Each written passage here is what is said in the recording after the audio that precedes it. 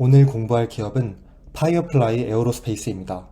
작년 8월에 나스닥에 상장한 뒤로 주가는 40% 하락해 2026년 4월 8일 기준 35달러에서 거래되고 있습니다.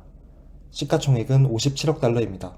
파이어플라이는 로켓 발사 기술과 달 착륙 기술을 바탕으로 정부 및 상업 고객에게 발사, 수송, 궤도 운영을 아우르는 통합 우주 솔루션을 제공하는 회사입니다. 먼저 회사 역사를 설명드리겠습니다. 2014년에 톰 말쿠식은 동료들과 파이어플라이 스페이스 시스템을 공동 설립했습니다. 그는 나사, 스페이스X, 블루 오리진, 그리고 버진 갤럭틱 등 여러 유명한 우주 기업에서 근무한 경험이 있는 엔지니어 출신입니다. 스페이스X 같은 우주 기업이 더 많아져야 한다고 생각했고 소형 위성 전용 발사체 시장의 잠재력을 보고 회사를 설립했습니다. 그런데 얼마 안 가 회사는 위기를 겪었습니다.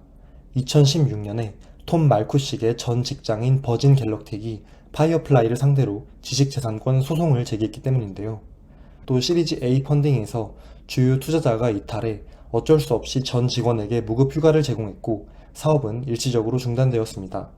다행히 맥스 폴야코프가 이끄는 누스피어 벤처스가 2017년에 회사의 핵심 자산을 인수했고 파이어플라이 에어로스페이스로 재출범하게 됩니다. 2021년에 파이어플라이는 나사로부터 9,330만 달러 규모의 달 탐사 기술 개발 계약을 수주했습니다. 미국 정부는 국가 안보를 이유로 누스피어 벤처스로 하여금 파이어플라이 지분을 매각하도록 했습니다. 그 결과 2022년에 사모펀드 AE 인더스트리얼 파트너스가 그 지분을 인수했습니다. 참고로 AE 인더스트리얼 파트너스는 레드와이어의 최대 주주이기도 합니다. 그리고 2022년 소형 발사체 알파가 두 번째 발사만에 성공했습니다. 2024년에 제이슨 킴이 새로운 CEO로 선임되었습니다. 그의 양력은 뒤에서 자세히 설명드리겠습니다. 2025년 달 착륙선 블루고스트가 스페이스X의 팰콘 9에 실려 발사되었고 민간 기업 최초로 달 연착륙에 성공했습니다. 같은 해 8월 파이어플라이는 나스닥에 상장했고 티커는 FLY입니다. 기업 가치는 당시 약 100억 달러로 평가되었습니다. CEO는 누구일까요? 제이슨 킴은 올해 49세이고 미국 공군사관학교에서 전기공학을 전공했습니다. 공군기술대학원에서 전기공학 석사를 취득하고 UCLA에서 MBA 과정을 밟았습니다. 1999년 미국 공군에서 커리어를 시작했고 2006년에 노스롭 그루만으로 넘어왔습니다. 2009년부터 10년간 밀레니엄 스페이스 시스템에서 근무했고 잠깐 레이시온으로 직장을 옮겼습니다. 2020년부터 3년간 보잉이 인수한 밀레니엄 스페이스 시스템으로 돌아와 CEO 역할을 수행했으며 2024년부터 파이어플라이 에어로스페이스의 CEO를 맡고 있습니다. 파이어플라이는 어떤 제품을 만들까요? 크게 발사와 우주선 두 가지로 분류할 수 있습니다. 발사 솔루션은 알파와 이클립스 총 두 가지가 있습니다. 우주선 솔루션 역시 블루고스트와 엘리트라 두 가지가 있습니다. 먼저 알파에 대해 설명드리겠습니다. 알파는 1톤급 페이로드를 저궤도에 올릴 수 있는 소형 발사체입니다. 현재 캘리포니아의 반덴버그 우주군 기지에서 발사를 하고 있고 버지니아와 스웨덴으로 발사 패드를 확장 중입니다. 현재까지 알파는 7번의 발사를 수행했습니다. 두 번째 제품은 이클립스 발사체입니다. 이클립스는 16톤급 페이로드를 저궤도에 올릴 수 있는 중형 발사체입니다. 노스롭 그루만과 공동 개발 중이고 1단 로켓의 재사용이 가능하도록 설계되었습니다. 작년에 노스롭 그루만은 이클립스 개발을 위해 파이어플라이에 5천만 달러를 투자하기도 했습니다. 첫 발사는 이르면 2027년 버지니아에서 진행될 예정입니다. 세 번째 제품은 달 착륙선인 블루고스트입니다. 블루고스트는 나사의 민간 달 탑재체 서비스 또는 CLPS 계약에 따라 연간 단위의 달 탐사 미션을 수행할 예정입니다. 미션 1은 작년에 성공적으로 완수했고 달 뒷면에 착륙하는 미션 2는 올해 말에 이루어질 것으로 예상합니다. 네 번째 제품은 궤도 위에서 운영되는 우주선인 엘리트라입니다. 엘리트라는 화물 배송, 이미징 서비스, 장거리 통신 중계, 그리고 우주 영역 인식 등의 역할을 담당합니다. 사용 목적에 따라 엘리트라 dawn, dusk, 그리고 dark 세 종류로 구분됩니다. 파이어플라이의 비전은 무엇일까요? 이 그림에서 노란색으로 표시된 것처럼 알파와 이클립스 발사체를 통해 극초음속 비행, 위성 군집 서비스, 그리고 우주 정거장 보급을 지원합니다. 분홍색으로 표시된 엘리트라는 우주를 자유롭게 이동하며 화물을 운송하거나 광통신 링크, 장거리 통신 중계, 그리고 달 표면 매핑 서비스 등을 지원합니다. 마지막으로 파란색으로 표시된 블루고스트는 달 표면에서 샘플 수집, 물류 운송 등을 지원합니다. 즉, 파이어플라이는 단순한 로켓 회사를 넘어 발사, 궤도 서비스, 그리고 달 탐사를 하나로 엮는 통합 우주 인프라 기업을 꿈꾸고 있습니다. 주요 주주는 누구일까요? 올해 2월 말 기준 사모펀드 AE 인더스트리얼 파트너스가 35.6%를 보유한 최대 주주입니다. 초기 투자자인 아스테라 인스티튜시 7.9%, 그리고 공동 창업자인 톰 말쿠식이 7.6% 지분을 보유하고 있습니다. 그 외에 제이슨 킴 CEO가 1.8%, 현재는 자리에서 물러난 마크 와이저 전 이사가 2.5%, 그리고 라이언 볼란드 이사가 1.8% 지분을 보유하고 있습니다.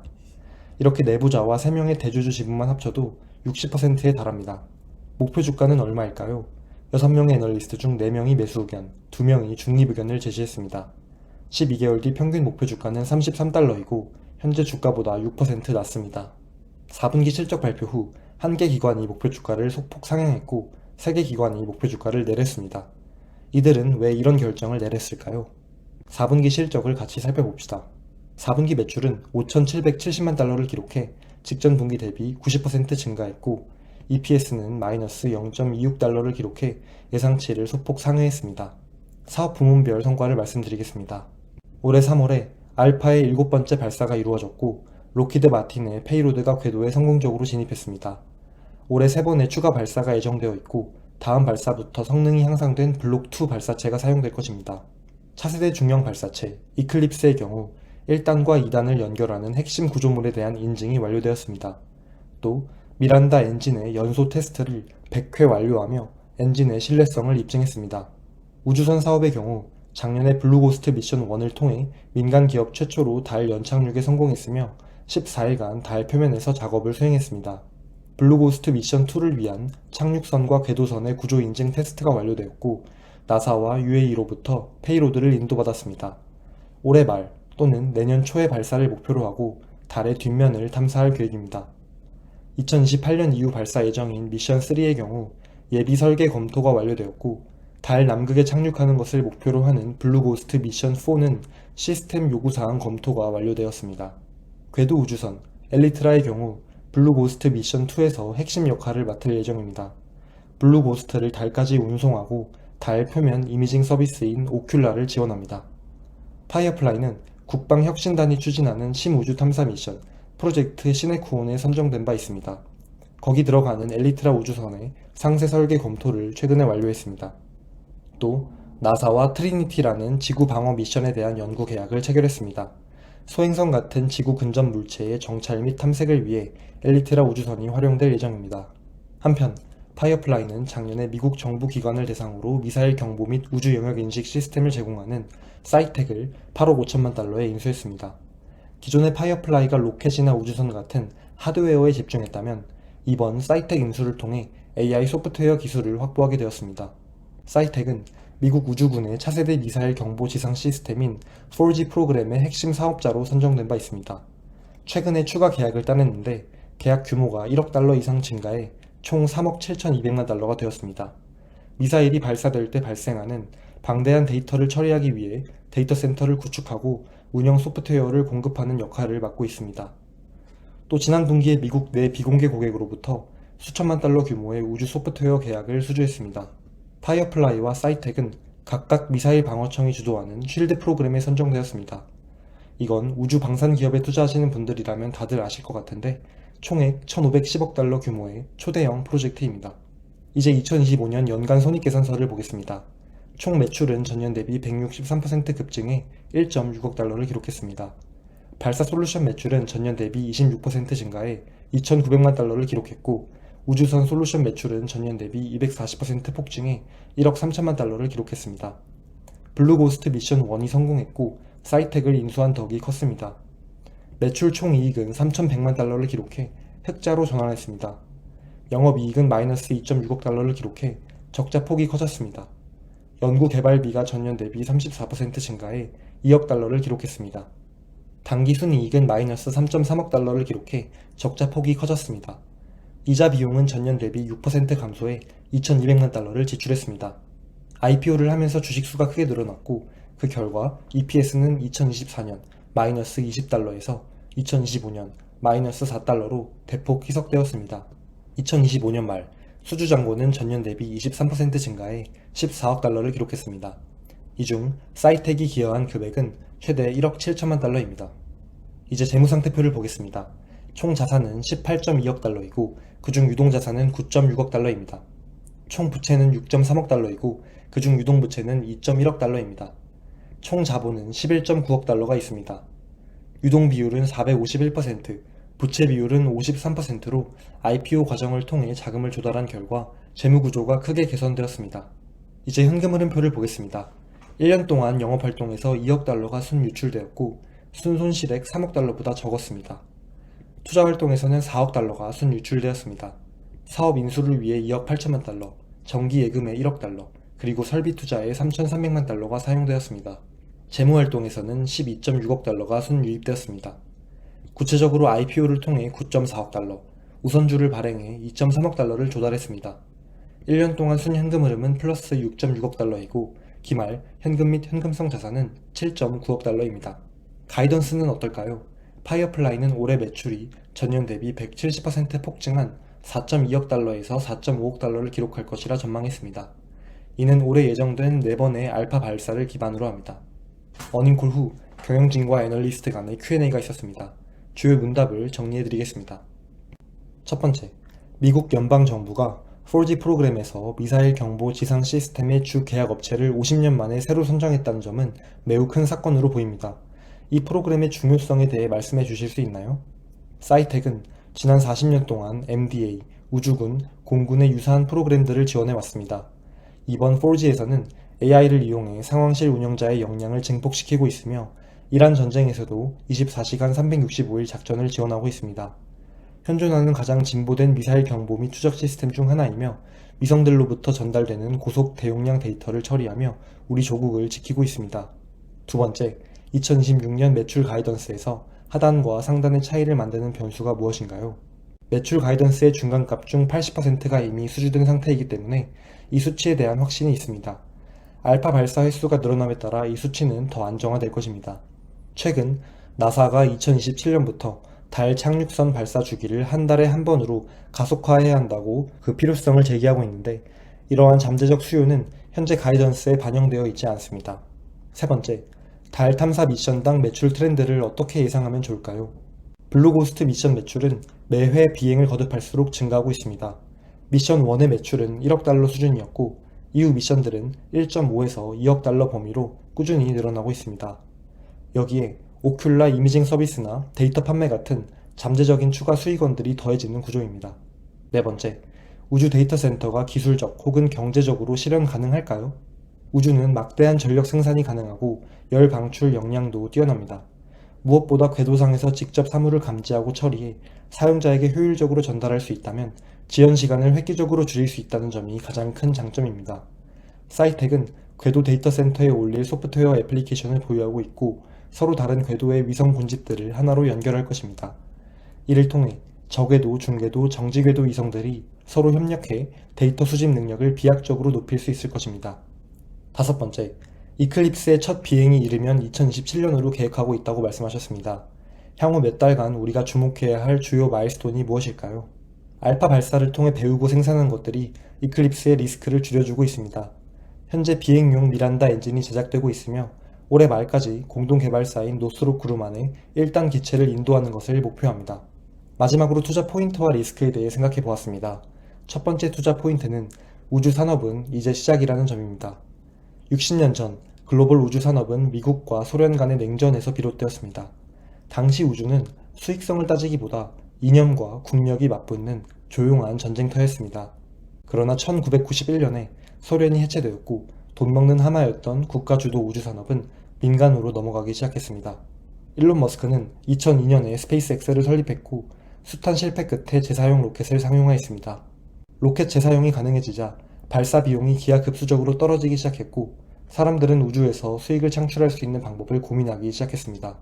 스타링크는 지구 저궤도에 이미 위성을 10,000개 가까이 배치해 2025년 기준 100억 달러 이상의 매출을 내고 있습니다. 폭증하는 지상 데이터 센터의 수요를 대체하고 한계점을 극복하기 위해 우주 궤도에 데이터 센터를 올리겠다는 계획도 나오고 있습니다. 그 밖에 달 표면에는 차세대 핵융합 발전의 연료인 헬륨3가 많이 매장되어 있습니다. 헬륨3 1g만 있어도 석탄 40톤이 생산하는 에너지를 대체할 수 있다고 하는데 먼 미래에 달 자원 채굴이 현실화될 수도 있습니다. 최근에 아르테미스 2호가 성공적으로 발사돼 우주 비행사들이 달을 정밀 관측하는 임무를 수행했습니다. 내년으로 예정된 아르테미스 3호 미션은 우주 비행사를 달에 착륙시키는 데 필요한 오리온 우주선과 민간 우주선 간의 도킹 능력을 테스트할 것입니다. 2028년 초로 예정된 아르테미스 4호 미션에서 드디어 유인 달 착륙을 시도할 것입니다. 스페이스X가 곧 상장을 앞두고 있는데 일시적으로 시장의 유동성을 흡수할 수도 있지만 장기적으로는 우주 산업 발전에 신호탄을 쏘아 올리는 이벤트라 생각합니다. 두 번째 투자 포인트는 파이어플라이가 우주 하드웨어와 소프트웨어를 모두 보유한 통합 솔루션 업체라는 점입니다.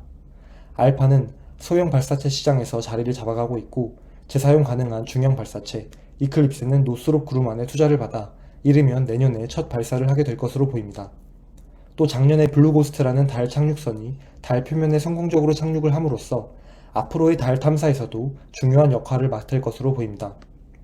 올해 말이나 내년 초에 블루고스트 미션 2가 예정되어 있는데 이때 블루고스트를 지원할 궤도 우주선 엘리트라 역시 기대가 큽니다. 여기까지는 하드웨어에 관한 설명이었습니다. 그러나 우주 산업은 그것만으로 되는 것이 아닙니다. 부족했던 소프트웨어 역량을 보충하기 위해 파이어플라이는 8억 달러라는 거금을 써서 AI 소프트웨어 기업 사이텍을 인수했습니다. 그 결과 우주에서 발생하는 수많은 데이터를 처리할 수 있는 능력과 정부를 대상으로 하는 방산 계약 등 시너지 효과를 많이 누릴 수 있게 되었습니다. 반대로 투자 리스크에 대해 생각해 보겠습니다. 첫 번째 투자 리스크는 파이어플라이의 우주 사업이 단기적으로 수익을 낼 수 있는 구조가 아니라는 점입니다. 아무래도 초기 투자 비용이 많이 들다 보니 매출이 증가하는 속도 못지않게 비용도 빠르게 증가하고 있고 적자폭은 점점 커지고 있습니다. 유동성이 넘치고 경기가 좋아 꿈을 먹는 기업에 대한 투심이 좋다면 우주 테마 기업의 주가가 빠르게 올라갈 수 있습니다. 반대로 지금과 같이 전쟁이 끝나지 않았고 유가가 올라 인플레이션과 기준금리 인상까지 걱정을 하는 상황에서는 꿈이 거대한 적자 성장주는 오히려 외면을 받을 수도 있습니다. 두 번째 투자 리스크는 로켓랩, 인투이티브 머신스 같은 다른 경쟁 우주 기업 대비 파이어플라이가 기술력에 우위가 있는지 아직은 잘 모르겠다는 점입니다. 로켓랩의 경우 2025년 기준 소형 위성 발사체 일렉트론이 21번이나 발사해 100% 성공했습니다. 반면 파이어플라이의 알파 발사체는 2021년부터 2026년 현재까지 총 7번 발사해 3번만 성공했습니다. 로켓랩은 올해 말에 중형 발사체 뉴트론의 첫 발사가 예정되어 있는 반면 파이어플라이는 일러야 내년에 이클립스의 첫 발사가 예정되어 있습니다. 또 로켓랩은 위성을 만들어서 이미 발사하고 있고 자체 태양광 패널 기술도 가지고 있고 여러 M&A를 통해 우주 광학 기술도 보유하고 있는 수직 계열화 회사입니다. 반면 파이어플라이의 엘리트라 위성은 아직 실제 발사된 경험이 없습니다. 그렇다면 파이어플라이에게 남은 것은 달 착륙선 블루고스트인데요. 이 분야 역시 경쟁자가 있습니다. 인투이티브 머신스라는 달 전문 기업이 있는데 2024년 IM-1 미션에서 이들은 민간 달 착륙에 성공한 경험이 있습니다. 물론 착륙 당시 기체가 기울어져 부분적인 성공에 불과하다고 평가하는 사람들이 많긴 하지만 작년에도 IM-2를 시도했고 올해에 또 IM-3를 시도할 예정입니다. 즉, 스페이스X를 제외하더라도 현재 시점에서 파이어플라이가 다른 우주 기업들 대비 월등히 뛰어난 기술력을 가지고 있다고 말하기 어렵습니다. 그러나 우주 산업이 이제 시작인 만큼 퍼스트 무버는 그리 중요하지 않을 수도 있습니다. 어떤 기업이 라스트 무버가 되어 시장에서 살아남을지 저와 함께 팔로업 해봅시다. 이상 파이어플라이 에어로스페이스의 기업 분석을 마치겠습니다. 영상이 도움되셨다면 구독, 좋아요, 댓글 꼭 부탁드립니다. 큰 힘이 됩니다. 감사합니다.